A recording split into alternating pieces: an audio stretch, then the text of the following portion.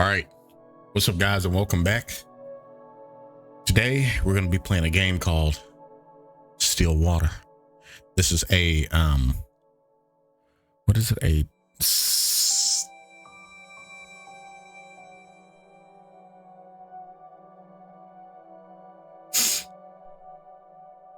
Visual novel.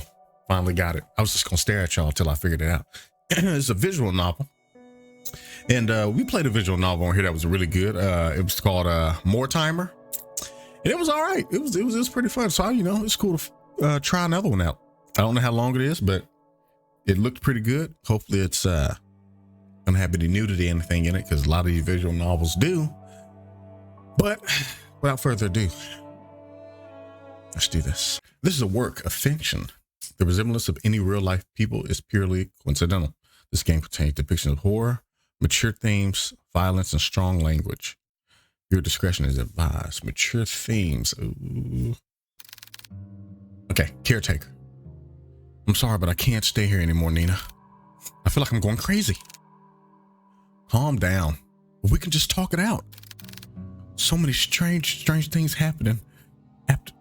Keep happening after another. Every day, there's a dang dripping sound.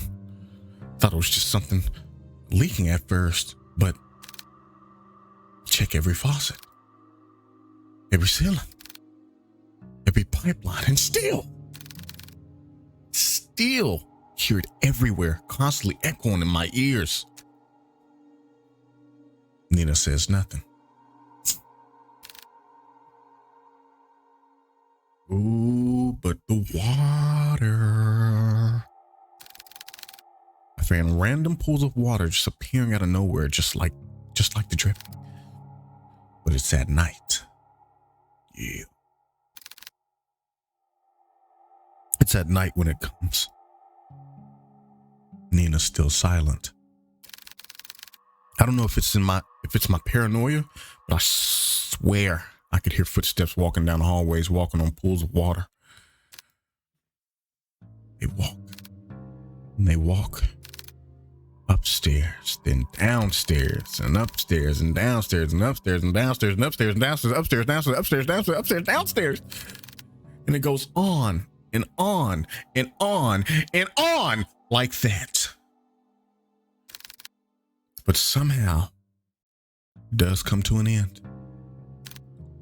It ends all in front of your grandfather's room. Oh no. Nina, still silent. I know that this is a lot, but you have to believe me. You just gotta. No matter how many times I clean, it just won't stop. It won't end. I can't stay here any longer. I'm sorry, Nina. I can't stay here no more.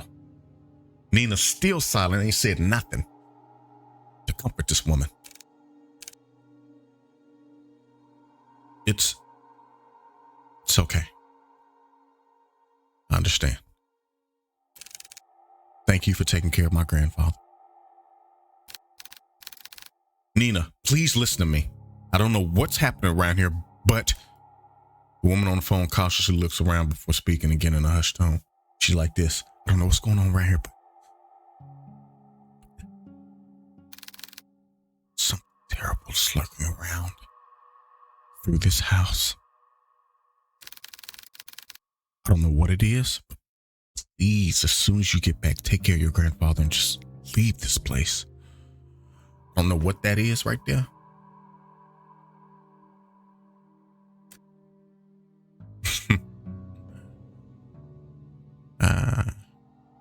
Nina got some caution signs on. I'll figure out what's going on. I can't just leave. That's my home. Please, Nina, this place, it's not safe.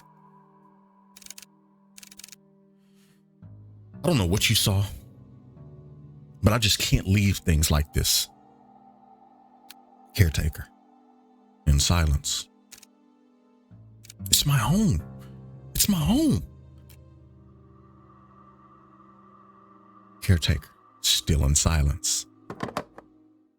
Hangs up the phone. diner at 7 a.m. Amid a foggy morning, there sits a man by the corner of a booth. He drinks black coffee and, depending on his mood, occasionally orders a donut. And today, it was just black coffee. Hugo. Ugh. I swear I've never seen that amount of paperwork in my life. Freaking mountain worth of it. You are a valuable member of our team, Hugo. My foot. I knew they was being sarcastic. I'm starting to believe that I was bamboozled into joining this agency. Hugo Laurent, age 30, takes a good look at his cup of joe and chugs it all at once. He then continues to grumble to himself about last night's grueling work at the office. I really need to find a different job. As he contemplates his poor life choices, he looks out towards the early mist. There was something inherently terrifying about the fog to him, how it engulfs everything and nothing. Wow, that's actually that's pretty steep. Think about it. Fog really does engulf everything, but actually doesn't engulf anything. It's a hard concept to, follow, but it's true. Even if it disappears, it always leaves behind a trace. Proof of it remaining. Even in a quaint little town like this, I can't even run from my fate, I guess. I was going to get it right eventually. Okay. Hugo finally stares at the compiled newspaper clippings he put together. Some of them were recent events, but mainly all were past headlines of missing person cases. No matter how many times I see this, it still just looks as hard. It's still just as hard to look at. Fixating case after case, he can't help but to remind himself that there's a reason for all of this. An all too personal reason. Personal reason. Seeing strange things come with a price. In the end, I'm the one doing all this to myself. Sounds rough. Mind if I join? An annoyingly familiar voice interrupts his train of thought. He slowly looks to see the one responsible, although reluctantly. Good morning, Hugo. Hugo scowls and turns away from him. He then gathers the files and shoves it back into the binder. Meanwhile, the tall man takes an initiative and sits at the opposite end of the booth. He greets the waitress passing by and orders himself the hefty body breakfast special with an extra plate. Wow, that sounds good. Yeah. As usual, the waitress is happy to oblige and goes back to the counter to relay his order. The man then looks back at Hugo. He sees the empty cup and the now jumbled newspaper clippings. All the while, Hugo is trying to ignore him. You really should eat something with that black coffee. Not ordering any donuts today? I'm fine, Noah. I'm just not in the mood, okay? Not even a little? Hugo, in silence, probably stares all pissed off, like annoyed and stuff. There's a momentary silence between them before Nora disturbs it once more. Well, too bad for you. I ordered a big breakfast for the two of us. Two. As if the world could grace Noah with an even more perfect punchline, the food arrives. Why the heck did you order for the two of us? Just eat it. Just eat what you want to eat. Don't worry about me. Wow, this looks so delicious. Right, Hugo?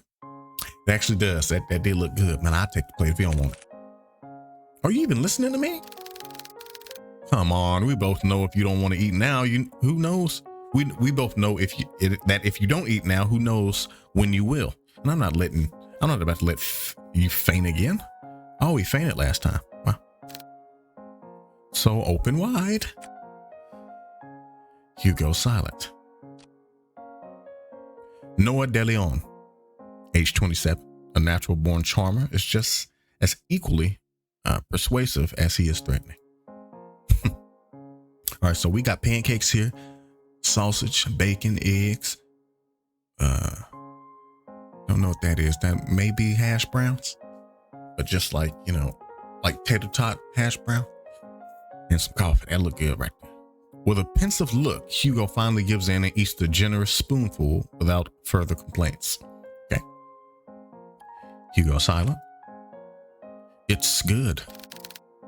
Right? Good food will always help cheer you up. Dang him. I got swept away again. Oh, by the way, the chief will be out for a business trip. She mentioned it will be for a couple of days.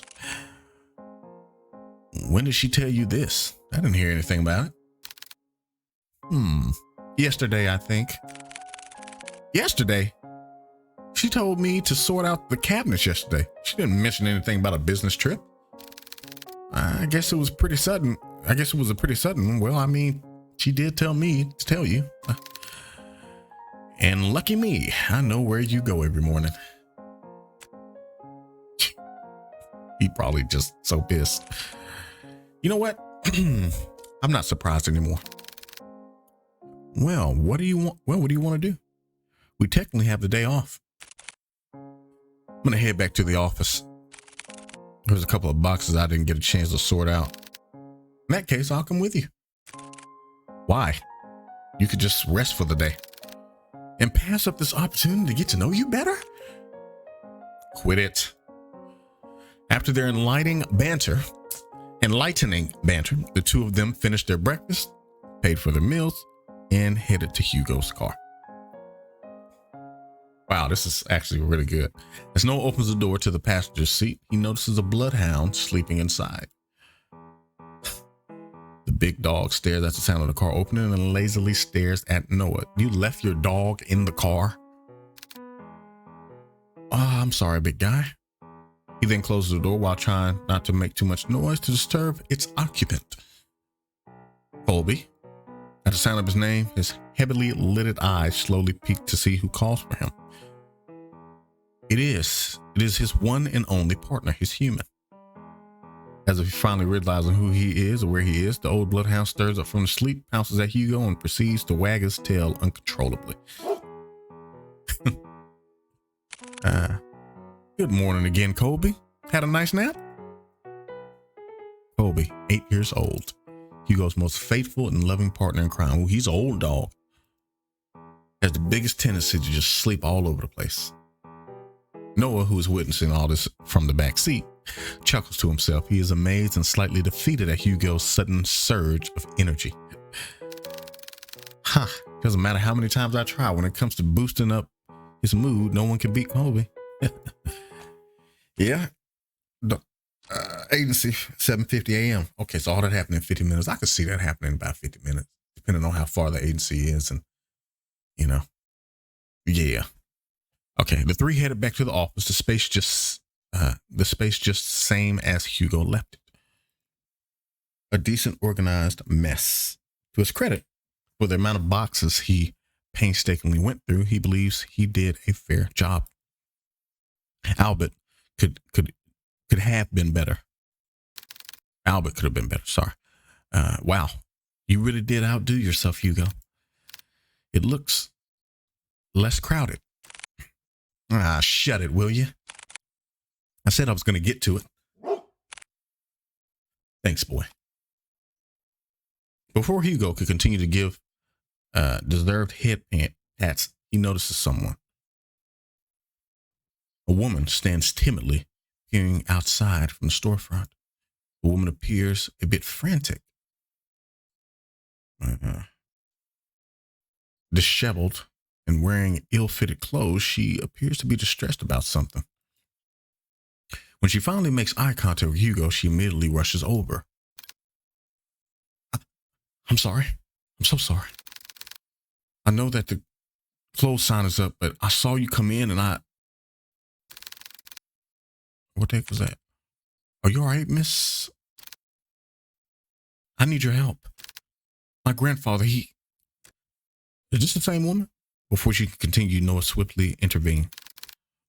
It's okay. We're here. We'll hear what you have to say. So please, why don't you take a seat? Noah gestures to one of the empty seats. The poor woman hesitates for a moment before heavily sighing in relief. She then walks towards the corner of the room and sits on the sofa. Can you start off by telling us your name?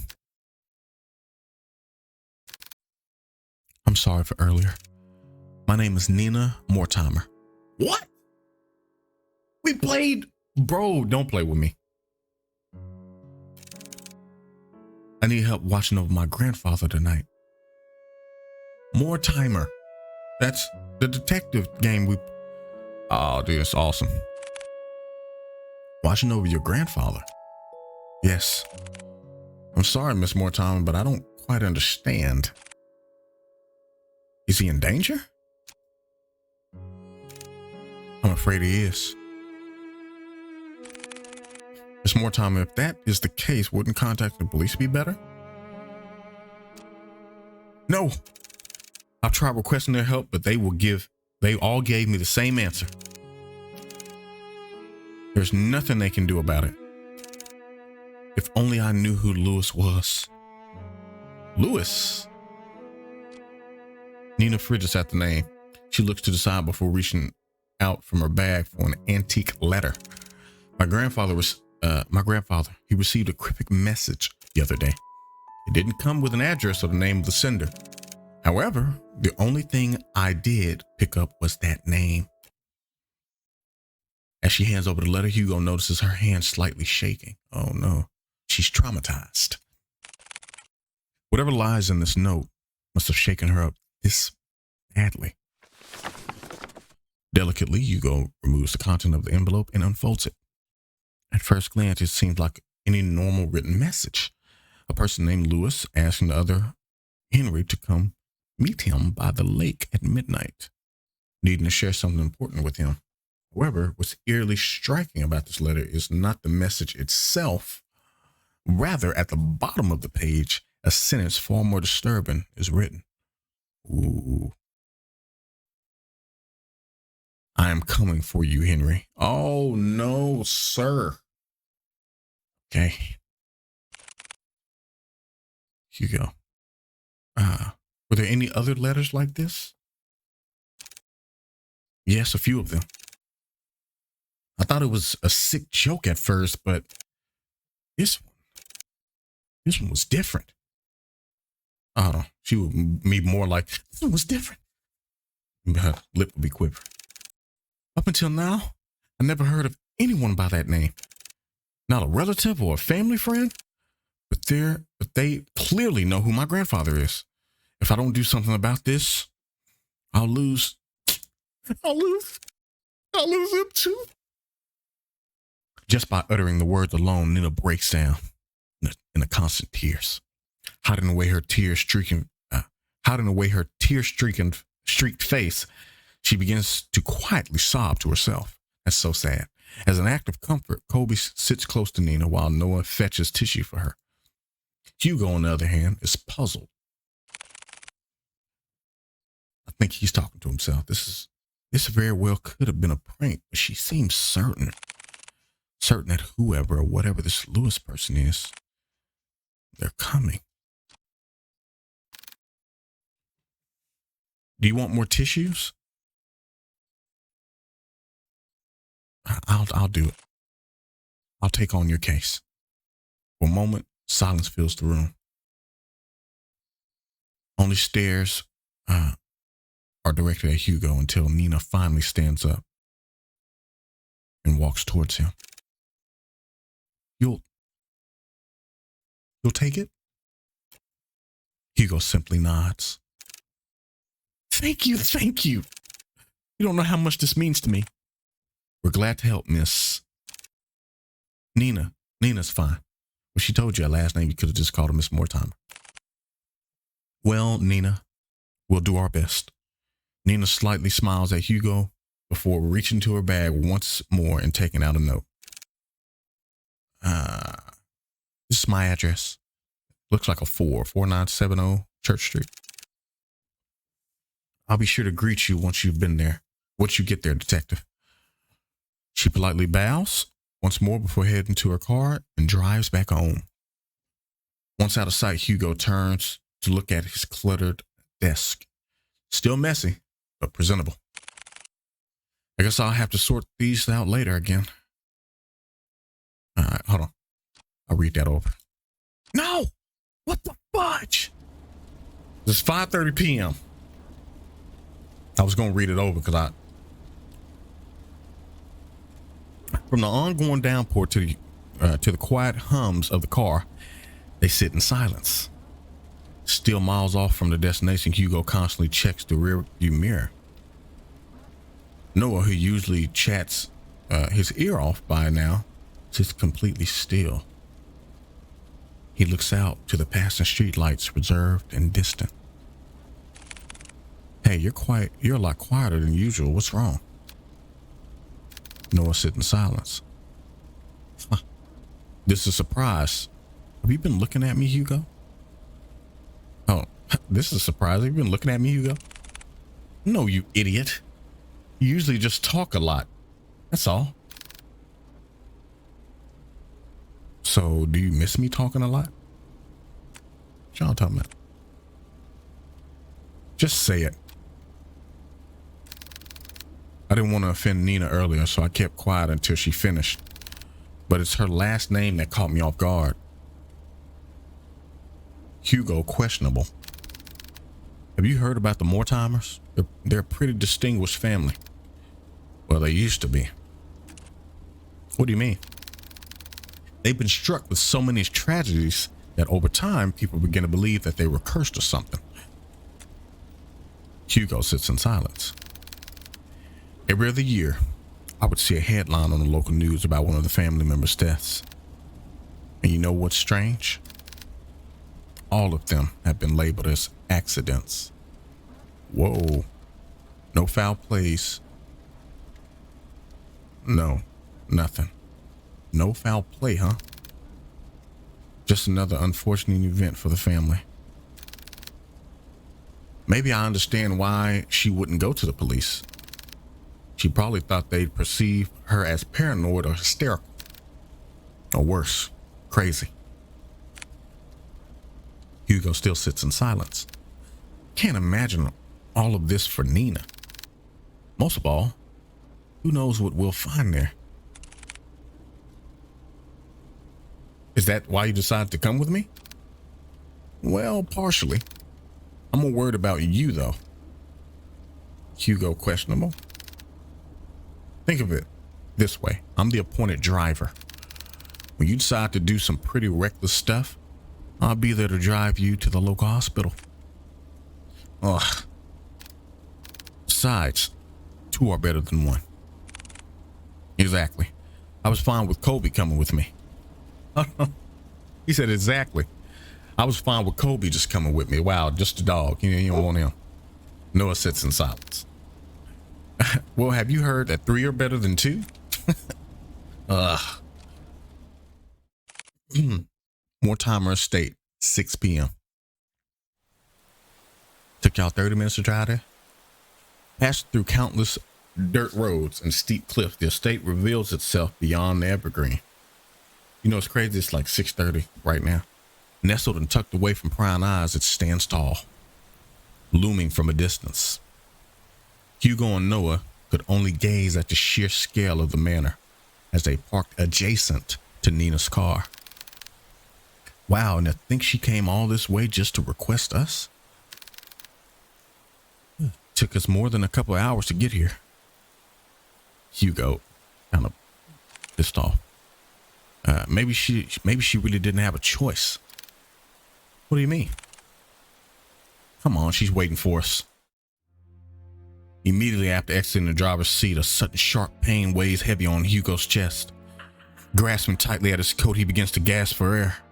His gaze hazes as he leans close to the car. Like a fish drawn out of the sea, he desperately heaves.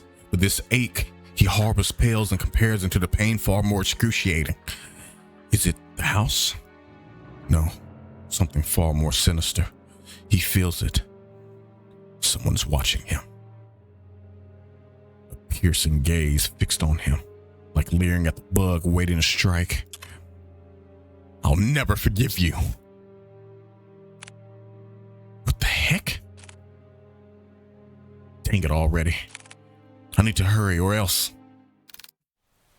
Hey, are you all right?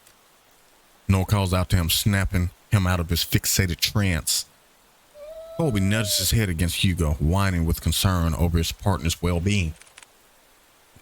Did you hear that just now? Hear what? That voice.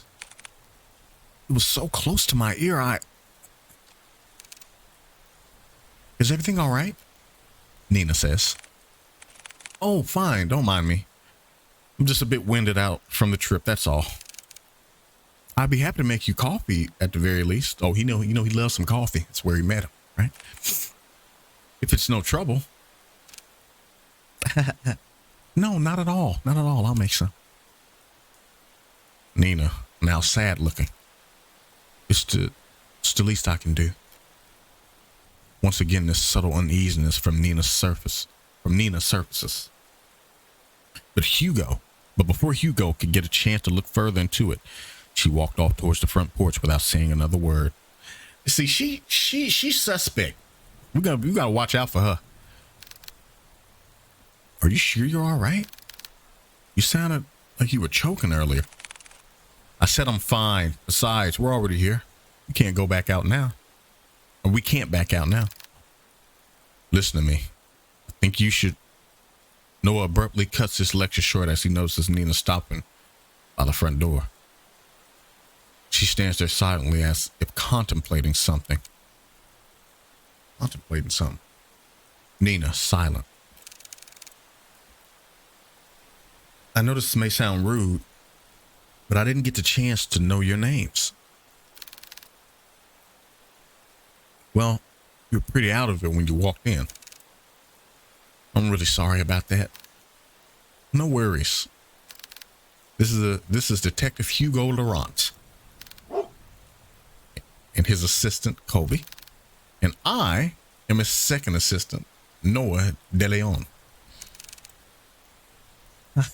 Seems so surreal, just like a cartoon.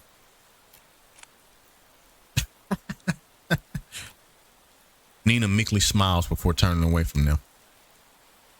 Her face went back sad. I haven't been quite honest with you, Detective Laurent. Oh, they're looking at a questionable. I was looking at a questionable too. Let's see what she got. Just like before, as if carefully choosing her next words, she decides that in this situation, words are not enough. You'll see for yourself what I mean. And with that, Nina enters the house, leaving the three to follow behind. Hugo is about to enter with euphoria when he feels a tug on his arm. It's Noah. Don't forget what I've told you. If something happens, let me know right away. You'll be the first to know. And with that, Noah releases his grip on Hugo. They proceed to head in, not knowing what awaits them beyond the door.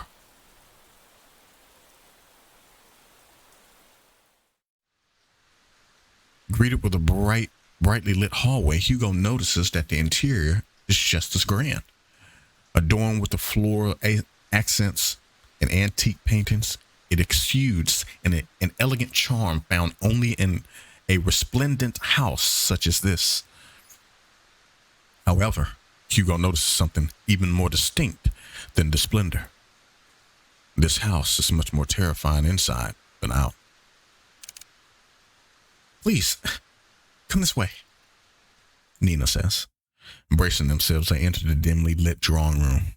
At first glance, Hugo could not discern the silhouette situated at the far corner. However, on this closer inspection, he now understands the reasons for all of Nina's unsettling vagueness. Grandfather, we have guests. Oh, this dude eyes is... Hold on now. This granddaddy? Sitting on an armchair is a young man. This dude's eyes is green, bruh. He is dressed in a white collared down dress shirt tucked in with black slacks and black penny loafers. Staring only at the window, the young man sits there, dazed with little acknowledgement of the people around him. Still, motionless, like a doll. Grandpa, these are the people I spoke of. Grandpa? This is our granddaddy. This is Detective Laurent and his two assistants, Colby and Noah. They're going to help. They're going to help us. Henry says nothing. Even after introducing him to the head of the Mortimer estate, Hugo and Noah could not help but feel unnerved. The man before them is supposed to be frail and older than any of them. And yet, there he remains, forever unchanging, forever young. They've come a long way, so I'll be making them some coffee. Would you like some, Grandpa? Henry says nothing. The young man still does not reply back, never glancing at Nina or anyone else in the room, only fixed on the rain. I'll be sure to make a cup for you two. She then timidly gestures to Hugo and Noah back to the foyer. Bearing more questions, the two follow Nina outside. But before they leave the drawing room, Hugo takes one last look at the young man. There's an all too familiar air about Henry Mortimer. His eyes, they're similar to his own. Whatever he must be longing for, Hugo knows it will not end well. Nina. Man. Yes, he's my grandfather. The one I've asked you all to watch over. I know this is hard to believe, but Nina draws something out of her pocket. It's an antique picture of a young man with a slicked back hair wearing a luxurious suit. He appears to be poised and refined, a complete contrast to the current Henry Mortimer.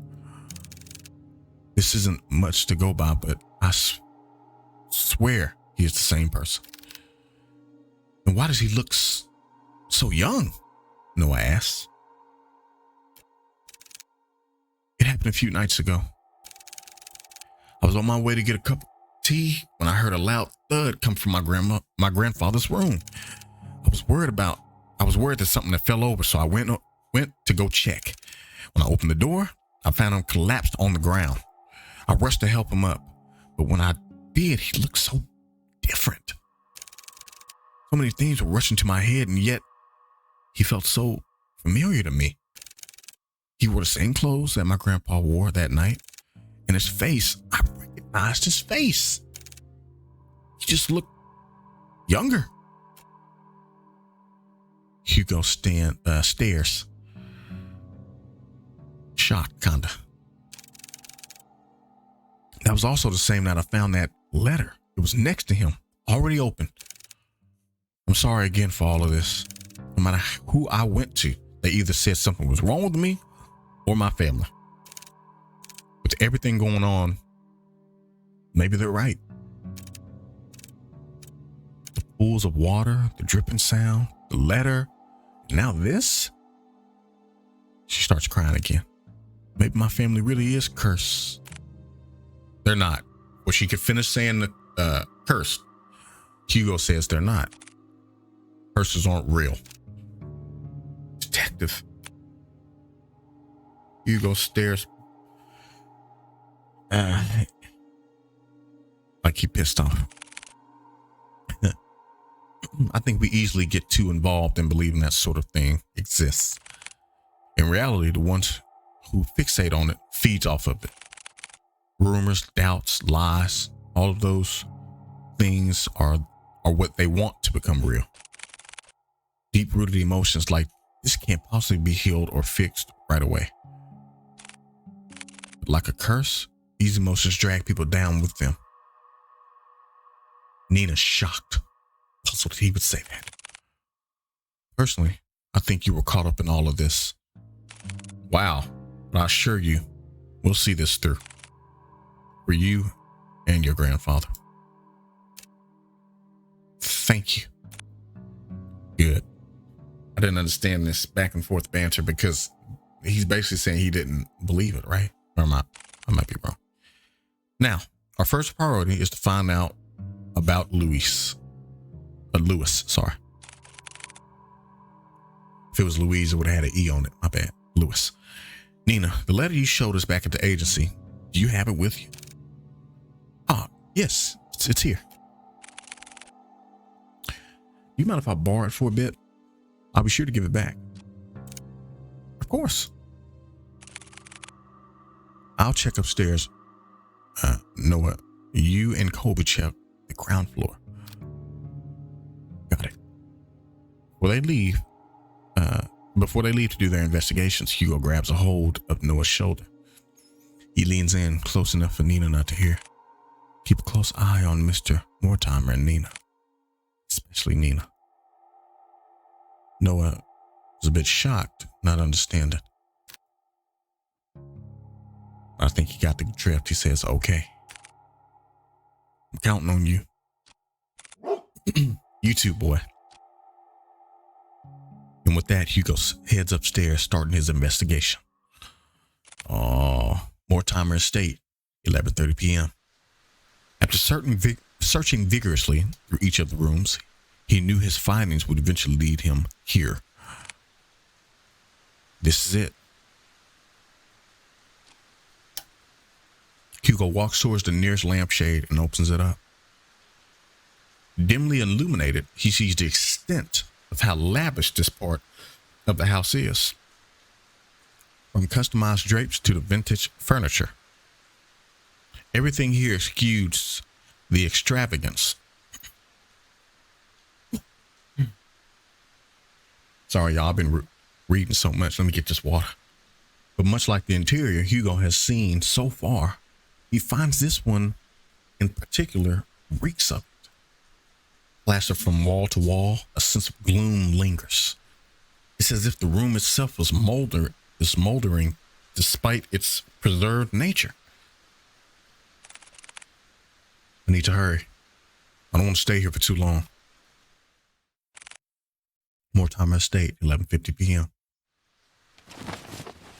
It's been, 20 minutes? He searches and searches still with no sign of anything.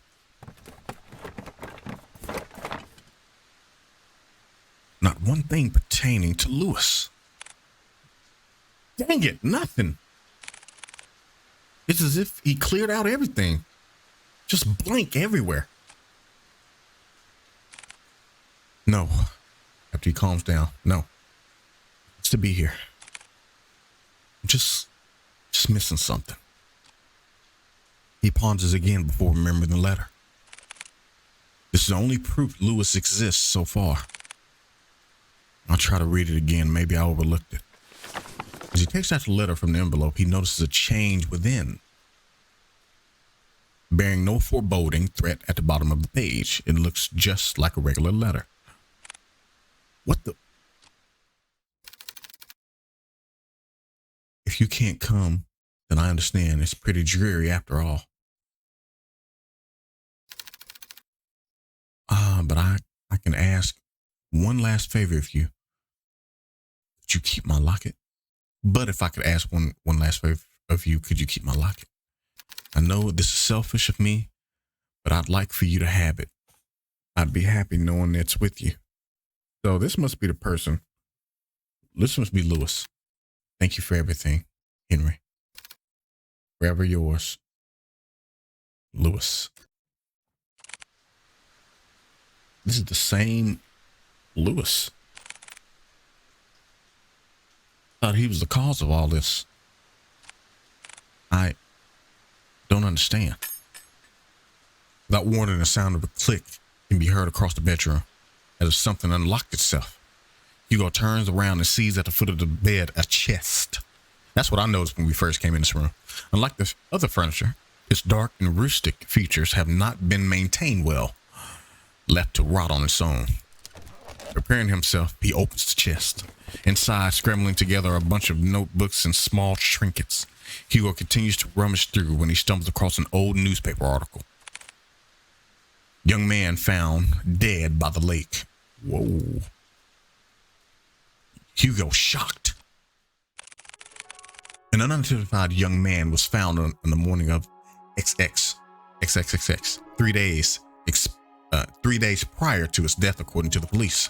Ruled out as a suicide, police have claimed that the troubled youth drowned himself. This certainly is a tragic loss, an unfortunate event indeed. XXX, comments. XXXX comments. No claim of his body has been made yet. Lewis.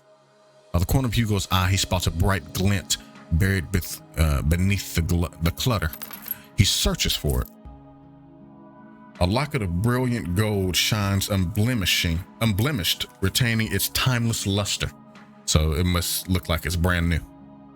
Inside of it is safeguards a picture of a young man with glasses smiling brightly.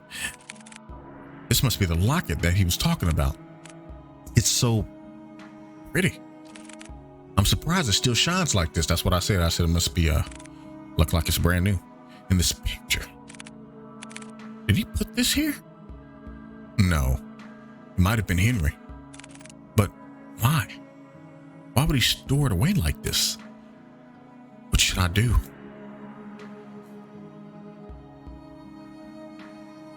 We're gonna take the locket, bro. Take it. I should probably hold on to this for now. Hugo's about to put everything back to the chest when he feels a wet and cold sensation crawling up his leg. What? Water. A pool of water relentlessly spreads across the floor, already seeping into the chest. Damn it, no!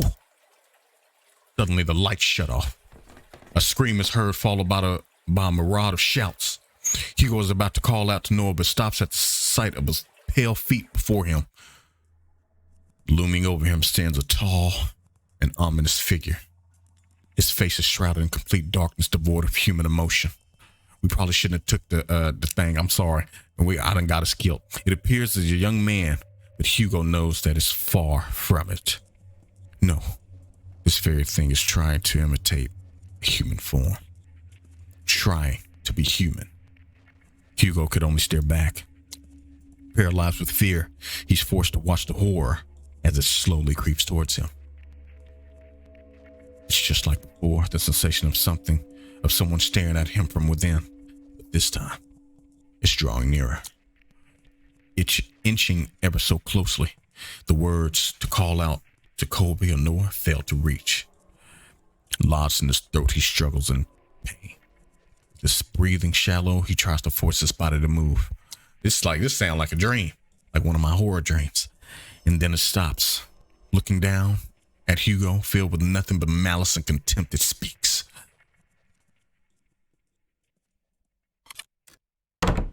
Don't get in my way. That's what he said. I didn't press it though. It just like all of a sudden the door to the bedroom slams shut and the entity disappears. That's just what I feel like he'd sound like. Don't get away like that. The tension from his body finally releases its agonizing grip. He gasps desperately for air. His vision blurred and breathing jagged. He staggered towards the door. He yanks at the handle several times, but it's tightly jammed. Frick! Noah! Colby! To his dismay, he is only greeted with silence at the other end of the door. Dang it. From a distance, he faintly hears the sound of Colby's relentless barks as it gets further away from the house. Hugo rushes towards the window. He tries to pry it open, but just like the door, a heavy force prevents him from doing so. F this. Frantically looking around the room, he spots a nearby chair. He picks it up. With a moment sooner, Hugo grabs the chair and starts to strike the window. Bit by bit, the window cracks. It's larger with each blow, splitting it off to smaller pieces. What the heck is this made of, man? Still trying to catch his breath, he musters up all the strength he has to left for a final blow. Dang it. Let me reread that. Still trying to catch his breath, he musters all the strength he has left for a final blow. Dang it, just break already. Clearing out the remaining shards of glass, Hugo peers his head out to see any railing he can grab hold of. However, he discovers instead that the wall adjacent is covered in ivy. Despite how heavily the rain has drastically become, he reaches out for it, grabbing a handful of vines. Carefully, he climbs out the window, gripping tightly, and making sure he doesn't lose his footing. Yet, to his luck, the patch of vines he clutched start to tear away from the wall. Out of the desperation, he struggles to find his grip on another, but fails when his hand slips out of reach. Crap! Clamoring wildly as he loses grip on the violin, he crashes, lands down into a thicket of bushes. Well, at least it's some bushes he landed on and not concrete. Air forced out of him, he heaves uncontrollably, trying to even out his breathing. But even that is laborious, and immense pain spreads across not only his back, but his entire body. Gosh, I'm getting too old for this. Although his body screams out in pain, he forces himself up. There's still time. Still do this. Let's do this. With staggering feet and haggard breathing, he makes his way to the place where it all started. To the lake where his tragedy starts and ends. Mortimer Estate, 12:01 a.m. Finally entering through the park, Hugo calls out to Colby and Noah. Colby, Noah, where are you? He hears faintly the sounds of barking echoes of people yelling in the distance.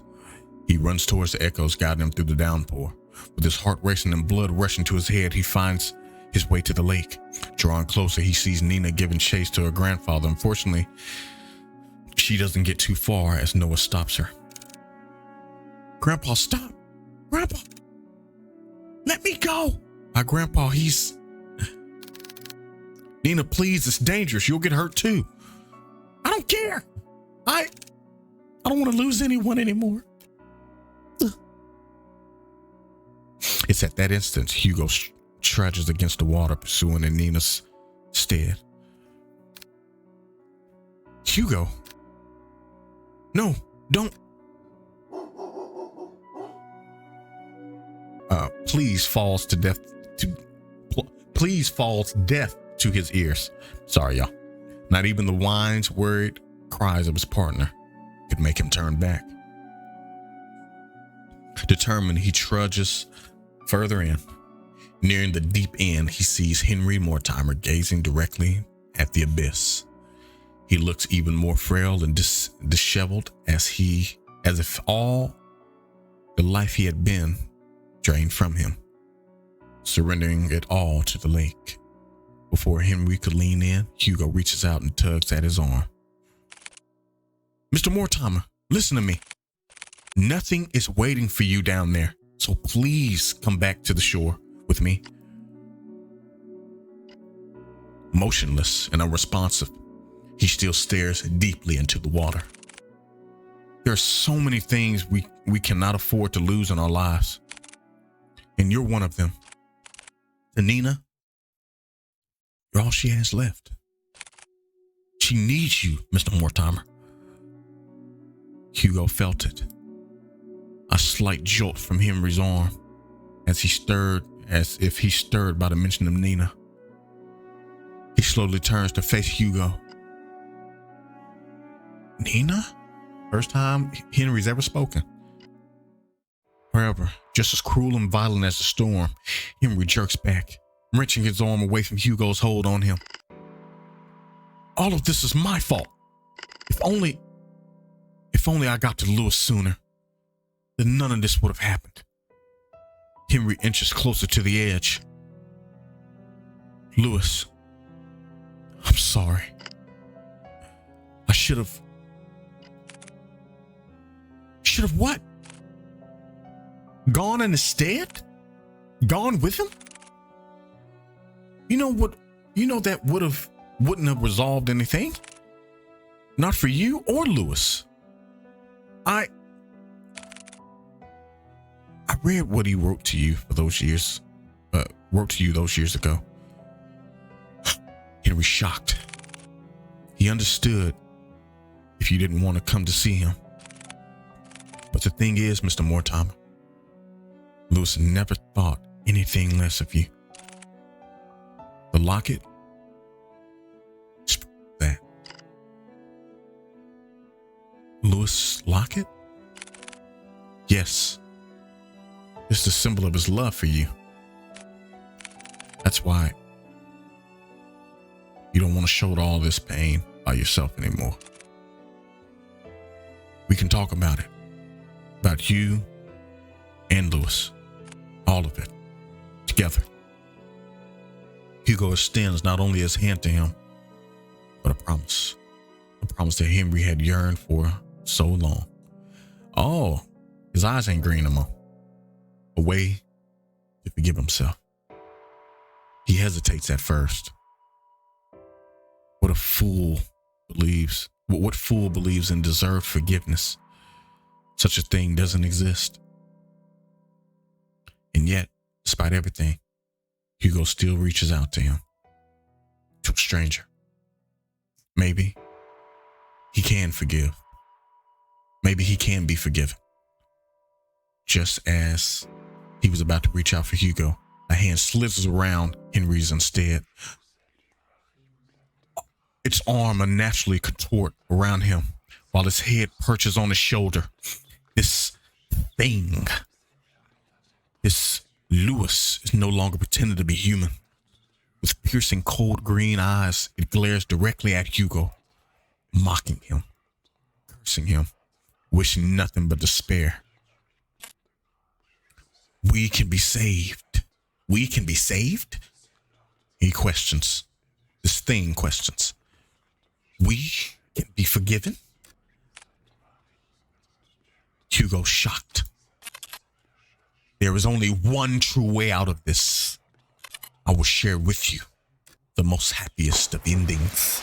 Before Hugo could reach out for Henry's hand, he disappears into the water. Mr. Mortimer! Without hearing the anguished cries and desperate pleas, Hugo dives in after him, into the abyss. Question. 12:30 p.m. Plunging into the icy waters, Hugo feels shocks running rampant through his body. Like spikes continuously piercing from his legs to the tips of his fingers, fiercely and unyielding. His chest tightens and his heart races as he begins to kick his legs, hoping whichever way he goes, he'll find his way to Henry.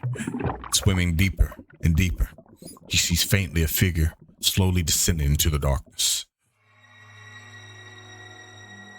Hugo is determined. As he finally gets closer to Henry, long snake-like arms stretch across the void and grab Hugo's neck, violently squeezing all the air out of him.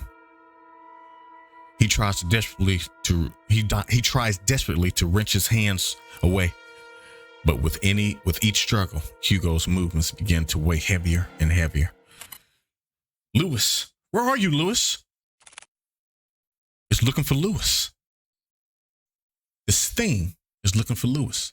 Louis, where are you, Louis? That's what it should have sounded like. I'm sorry, y'all. Hugo's still determined, I guess. Digging deep into his coat's pocket, he grasped tightly in his hand the locket that Henry kept and had long forgotten. Ooh, maybe it's a good thing we grabbed the locket. Holding it out as it shines ever so brightly in the darkness, the thing is staring at it. Ha! There you are. I had like 50 different voices for this thing. It releases its grip on Hugo, instead reaches out for the locket. Taking this chance, he drops the chain and kicks with all his might to grab Henry's arm. With his heart burning and his body screaming, he swims desperately to the surface. Almost there. I just have to. As the lights from the surface begin to blur, Hugo makes one last attempt to reach for it. With his limbs worn out and his energy spent, this is all he can do. Before he loses consciousness, he notices a figure swimming towards him, getting closer and closer. And then everything fades to black. I mean, y'all been in that water for a while. Question. Drifting along with what feels like an endless sea, Hugo's courses through wave after wave, not knowing where he's going or caring for that matter. All he knows is that he's very, very tired. How long has it been since he had a good night's rest? It's been too long. Maybe I should take that rest now. I'd like that so much. I agree that you deserve it, but not here. Hugo cautions, trying to figure out where that came from. I'm sorry for startling you. I just want to see you before I go. Louis? You've done so much for me and Henry. Thank you. No worries. From a far off distance, a voice cries out to him, beckoning for him to come back. Well, I guess this is it. Take care, Hugo. Was this the thing? Think it was. Lake. Question mark. Don't know what time it is. With his eyes closed and his senses still returning, he feels the constant tugs and licks of a certain bloodhound, whining as he tries to wake up his partner. Hugo! He also hears another familiar voice, too annoyingly close for comfort. He does not like this man. Eyes shot right open, he jerks up. Confused, Hugo looks around before he coughs up the remaining water in his lungs. Are you all right? Noah starts to pat his back while Colby continues to whine over Hugo. Where's Mr. Mortimer? He's safe. So is Nina. They're both okay. The police and the ambulance should be arriving soon. Thank goodness. Isn't there more you have to say to me? Instead of thank goodness, where you don't listen to a dang word I say. Hugo's shocked. I'm sorry, Noah. Exhausted, he lets out a sigh. He then continues to pat Hugo's back aggressively when someone approaches them. Detective Laurent? Oh, Nina. There's someone I want you to meet. Behind her stands an elderly man. Frail in stature, he timidly looks to the side pensively as he ponders to himself. Although his youth has long faded, his eyes are what catches Hugo's attention. They're no longer a piercing and vicious green, only eyes just like Nina's. Hello, Mr. Mortimer. Detective. I never got the chance to say goodbye to him. I always thought about it every day. What if Louis lived in this world? What if he stayed a little longer with me? It's because of that constant mindset I dragged everyone down. Hugo says nothing. And I kept hurting not only me, but Nina especially. I was the one who kept hurting her. One to blame for all this. But you, someone that I never met, still went out of your way to save me. Not knowing my burdens or my faults. Thank you, young man. Hugo reaches out to Henry and smiles brightly at him. It's my pleasure, sir. But before he lets go, Henry tugs to Hugo's hands one last time. I hope that someday you too will overcome it. Hugo says nothing, but he's a little shocked. Who's after Hugo? Well, maybe he just has, like the next day, 8 a.m. This is good, man. Well, good morning, Hugo. You're bright and early. Hugo is, of course, annoyed. Morning. With much fervor and haste, Hugo's resume's writing on his notepad. Oh, I'm sorry, not resume. I'm sorry, y'all. With much fervor and haste, Hugo resumes writing on his notepad. I'm sorry. Resume and resume are... just keep going. Although by closer inspection, he looks like he's going to combust at any moment. Are you writing up the report? Without looking up, Hugo responds back, "Yeah, for the most part. You still need to write yours too." "I will. But since I haven't had breakfast yet, I don't like eating by myself." Man, that breakfast. Y'all, man, I'm hungry, man. I really want something to eat. Let me guess. 2 is better than 1. Bingo. Wow, Hugo. You're really catching on. I'm so proud of you. Ah, shut it, will you? I swear, if only I hadn't fallen off from the gosh darn window, maybe my report would have been shorter. Before Noah could begin to cut the bacon, he pauses at the mention of Hugo's report. "Oh yeah, by the way, mind telling me what happened to the Mortimer's window?" I broke it." "Well, that's obvious to me. What I don't understand is, why is it broken? Do you know how much it's going to cost to repair that window?" I know. It was really dumb of me. I'm sorry." Noah stares at him in silence. "Besides, I told Mr. Mortimer about it before we left. Honestly, I was expecting an earful from him. And also the bill. And surprisingly enough, he said it was okay." "So what? You just call it a day after all that?" "Thank you so much, Mr. Mortimer.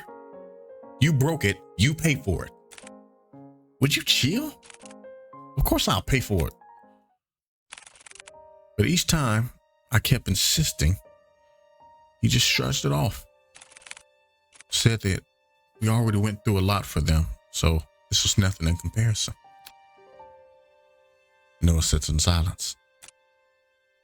You know what? He's right.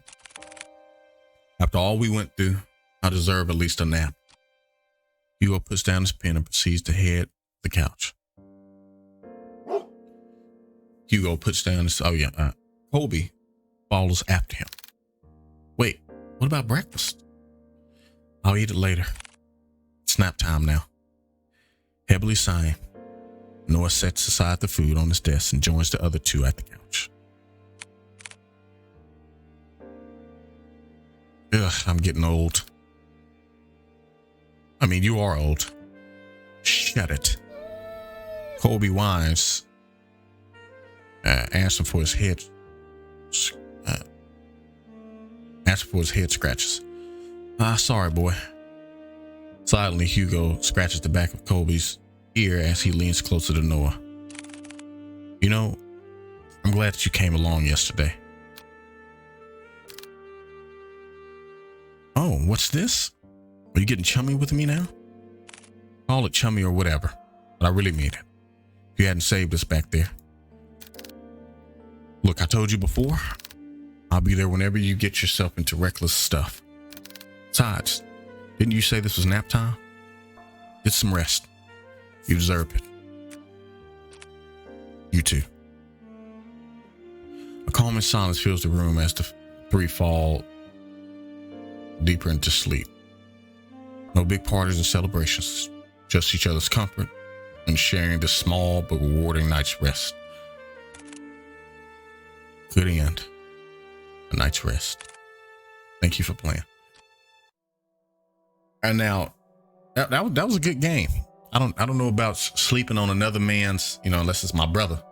But that was a really good game, man. I really enjoyed it. I really did. And if you guys enjoyed it as well, please, let me know what you thought about it in the comment section and drop a like on it.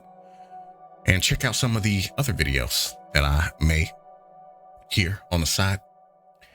And let me know what you thought. And I'll try to put out more content like this if you guys enjoy it. I know you guys really enjoy like my scary content. I'm gonna put some of that out too. Don't worry. But I thank you guys for watching and stay safe out there.